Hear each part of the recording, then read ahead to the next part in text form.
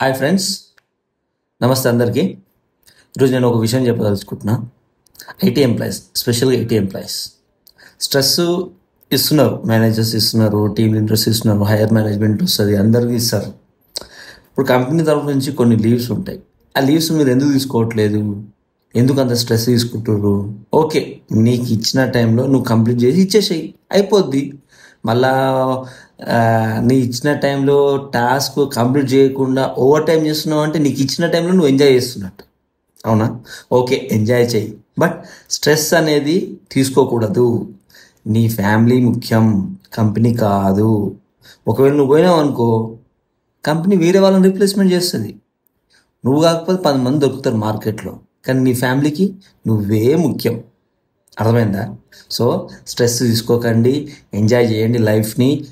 ఎంత లైఫ్ని ఎంజాయ్ చేస్తున్నారో అంతే ఎంజాయ్మెంట్గా వర్క్ని కూడా ఎంజాయ్ చేయండి. సో ఇప్పుడు రీసెంట్గా ఇన్స్టాగ్రామ్లలో చెక్కలు కొడుతున్నది ఒక విషయం ఏందని, హెవీ స్ట్రెస్ వల్ల ఒక అమ్మాయి చనిపోయింది. ఎస్, డెఫినెట్లీ మీరు స్ట్రెస్ తీసుకున్న దాన్ని బట్టి ఉంటుంది. ఓకే, వర్క్ ఇచ్చిర్రు, అది ఎంతవరకు స్ట్రెస్ తీసుకోవాలో అంతేవరకు తీసుకోండి, హెవీగా తీసుకోకండి. ఓకేనా? Chill your life. Okay, bye.